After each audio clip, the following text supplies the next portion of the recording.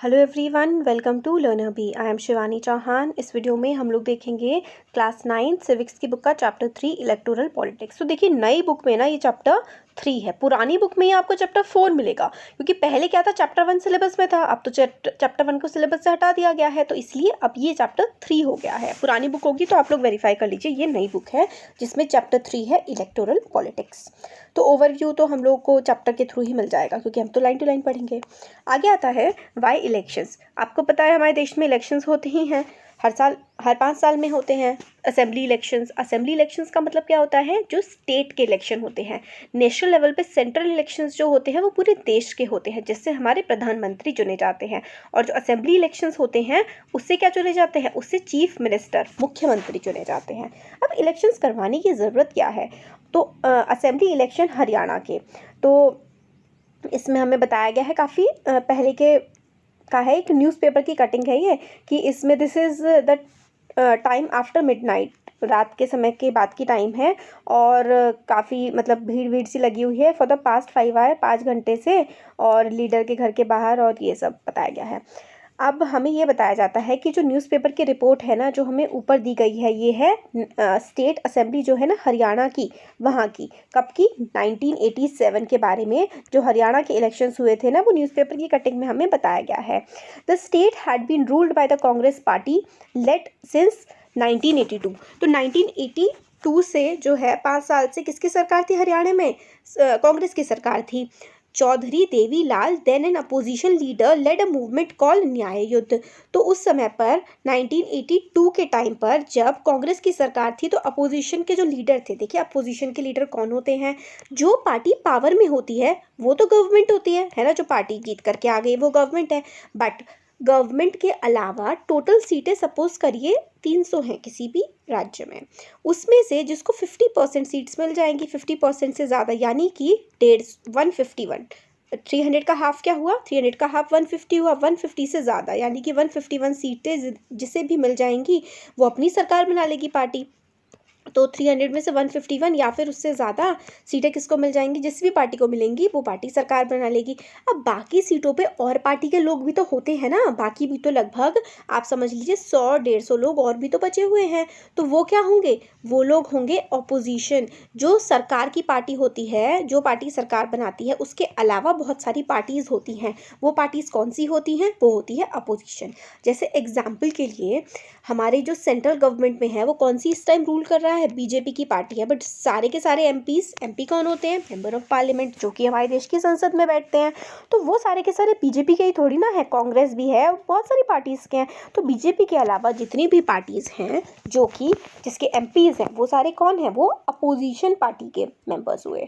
तो यहीं पर हमें ये बताया जा रहा है कि 1982 के टाइम पर चौधरी देवीलाल जो थे अपोजिशन के लीडर हुआ करते थे।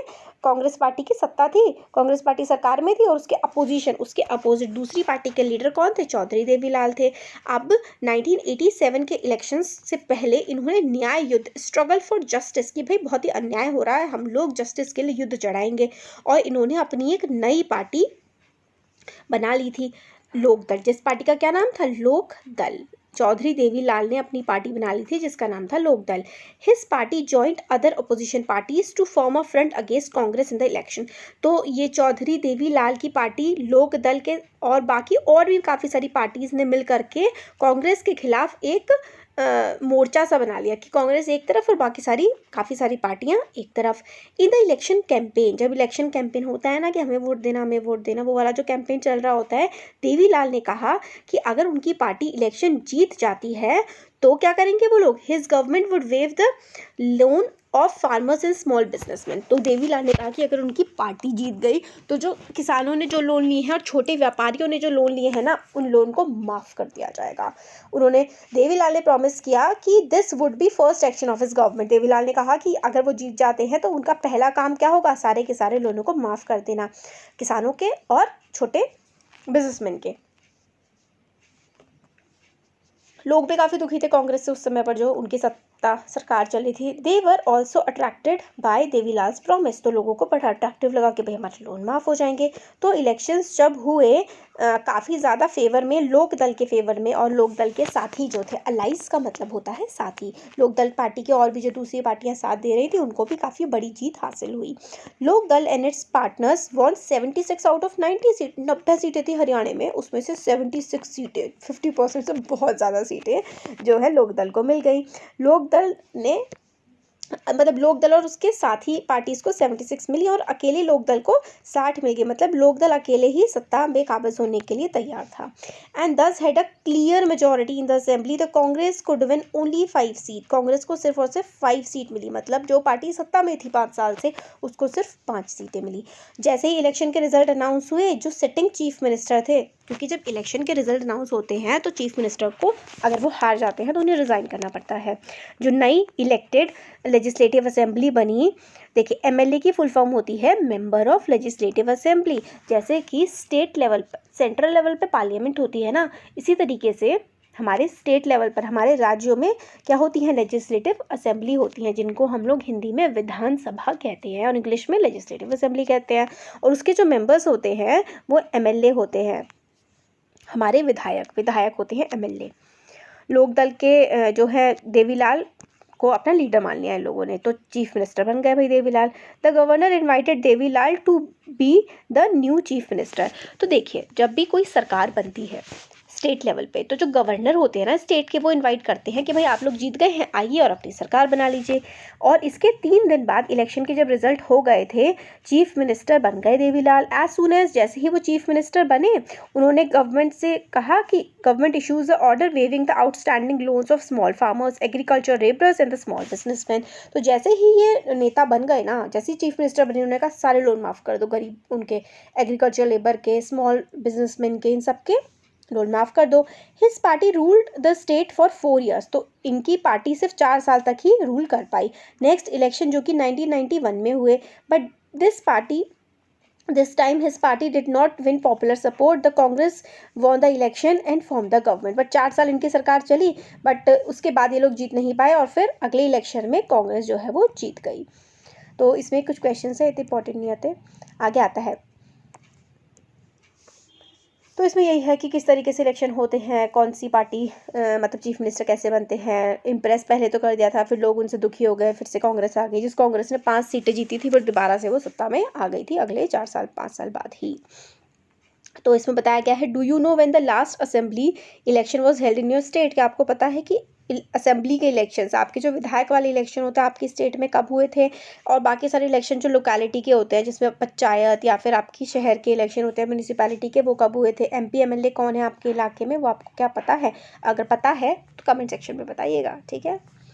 Y do we need elections, हम लोगों को इलेक्शंस की ज़रूरत क्यों पड़ती है। इलेक्शंस जो है वो किसी भी डेमोक्रेसी में, हम लोगों ने डेमोक्रेसी का मतलब समझ लिया था ना, अभी थोड़ी देर पहले नहीं समझा था, पिछले चैप्टर्स में समझा था डेमोक्रेसी का मतलब क्या होता है।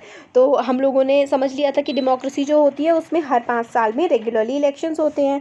तो there are more than 100 countries in the world in which elections take place to choose people representative. तो मोर देन 100 से भी ज़्यादा देश हैं दुनिया में जिसमें डेमोक्रेसी है, और वो अपने वहाँ पे लोग जो है अपने रिप्रेजेंटेटिव्स को चुनते हैं। हम लोगों ने ये भी देखा है कि काफ़ी सारी कंट्रीज़ ऐसी हैं जो कि डेमोक्रेटिक नहीं होती और उनमें इलेक्शंस भी नहीं होते। But why do we need elections, हम लोगों को इलेक्शंस की ज़रूरत क्या है। तो इमेजिन करिए अगर डेमोक्रेसी कैसी हो सकती है अगर उसमें इलेक्शन ही ना हो तो क्या होगा। A rule of the people is possible without any elections if all the people can sit together every day and take all the decisions। तो लोगों का रूल कैसे चल सकता है कि भाई इलाके के लोग रोज़ आए, साथ में आकर के बैठें, डिसाइड करें कि कैसे कैसे काम काज चलना है और वो ले सकते हैं। बट हम लोगों ने चैप्टर में पढ़ा था कि ऐसा पॉसिबल नहीं है। इतनी भाई इंडिया की आबादी 130 करोड़ से भी ज़्यादा है, इतने सारे लोग कैसे आकर के साथ में रोज़ बैठेंगे और डिसीज़न लेंगे। तो ये चीज़ हमारे लिए पॉसिबल नहीं हो पाती है, और हर किसी के पास इतना टाइम नहीं होता, हर किसी के पास इतनी नॉलेज भी नहीं होती है कि वो सारे के सारे डिसीज़न ले सके। देयरफॉर ज़्यादातर जो डेमोक्रेसीज़ होती हैं ना, वो अपने रिप्रेजेंटेटिव्स के थ्रू रूल करती है। रिप्रेजेंटेटिव मतलब हम लोगों ने इलेक्शन में पार्टिसिपेट किया, मतलब वोट दिया, है ना। तो वोट दिया हम लोगों ने और फिर हमने नेता चुने। अब वो नेता हमारे लिए पॉलिसीज़ बनाते हैं कि देश में कैसी चीज़ें और क्या चलनी चाहिए, तो वो हमारे रिप्रेजेंटेटिव हैं। और इस तरीके की डेमोक्रेसी को हम लोग रिप्रेजेंटेटिव डेमोक्रेसी बोलते हैं। There is a democratic way of selecting representative without election. क्या कोई तरीका है कि मतलब डेमोक्रेटिक हो कि बिना इलेक्शन के हो जाए, ऐसा हम लोग सोचते हैं। चलिए, let us think of a place where representatives are selected on the basis of age and experience.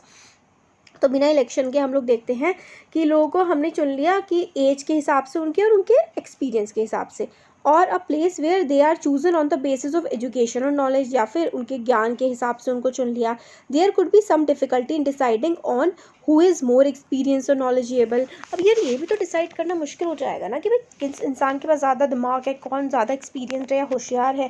But let us से the people can resolve these difficulties. मान लीजिए कि लोगों ने ठीक है इन सब दिक्कतों को साइड करे, पराई करा, है ना, और डिसाइड कर लिया clearly such a person does not require election. तो भाई मान लिया ये होशियार आदमी है, इसको हम मानेंगे तो उसको इलेक्शन की ज़रूरत नहीं पड़ेगी। But can we all call this a democracy? क्या हम इस चीज़ को डेमोक्रेसी कह सकते हैं? पहले तो राजा इस तरीके से होते थे ना कि यही सबसे एफिशिएंट है, और फिर उसके बाद उसके बेटे बनना शुरू कर देते थे। तो क्या इस तरीके से चीज़ें चल सकती है? क्या डेमोक्रेसी होगी? वो नहीं होगी। How do we find out the people like their representatives और नॉट? तो जैसे हम रिप्रेजेंटेटिव चुनते हैं, हम क्या घर घर जाके बेल बजाएंगे, उनका टेस्ट लेंगे फिर? तो ये चीज़ें काफ़ी मुश्किल है। How do we ensure that the representative rule as per the wishes of people?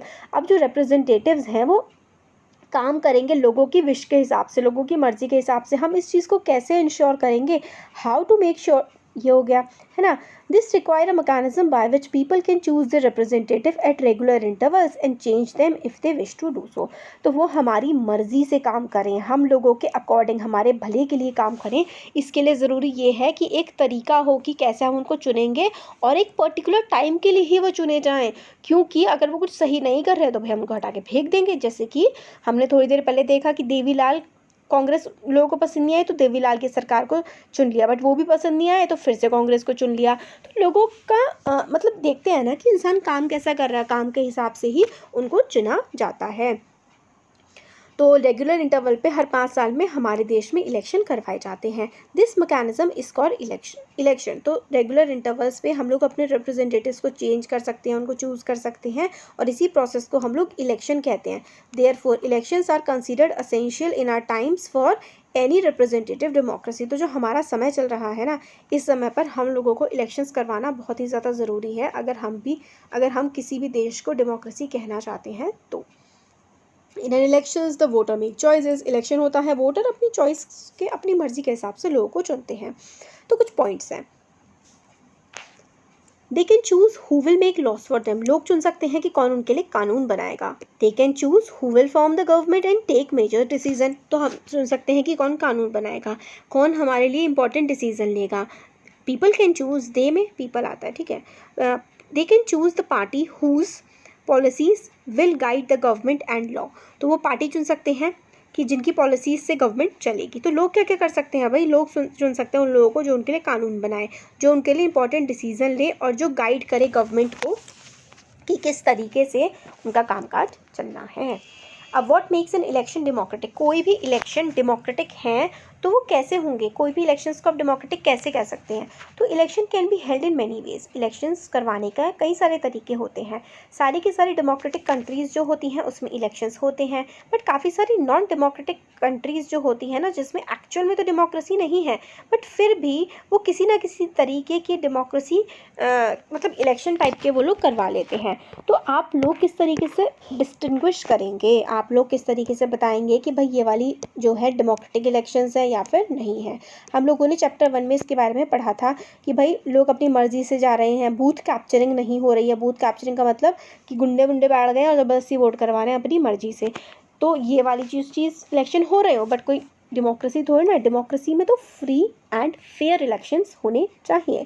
हम लोगों ने काफ़ी सारे एग्जांपल डिस्कस किए थे कंट्रीज़ के जहाँ पे इलेक्शन होते हैं, बट उनको एक्चुअली डेमोक्रेटिक इलेक्शन नहीं कहा जा सकता। हम लोगों ने देखा था, सीखा था कि सिंपल लिस्ट होती है minimum condition of a democratic election. Democratic election की सिंपल सी लिस्ट होती है। पहला होता है हर किसी के पास होना चाहिए, should be able to choose. हर हर कोई व्यक्ति जो है उसके पास आज़ादी होनी चाहिए कि वो अपनी मर्ज़ी से अपने रिप्रेजेंटेटिव को, जिसको वो वोट देना चाहता है, वो उसको वोट दे सके। This means that everyone should have one vote and every vote should have one value. तो हर एक इंसान का एक ही वोट होगा और उस वोट की एक ही वैल्यू होगी। मतलब ऐसा नहीं है कि मेरे वोट और अंबानी के वोट में डिफरेंस होगा, मेरा कम होगा, अंबानी का ज़्यादा होगा, या मेरे से ज़्यादा वोट की वैल्यू मोदी जी की होगी। तो भाई ऐसा नहीं होता है हमारे देश में।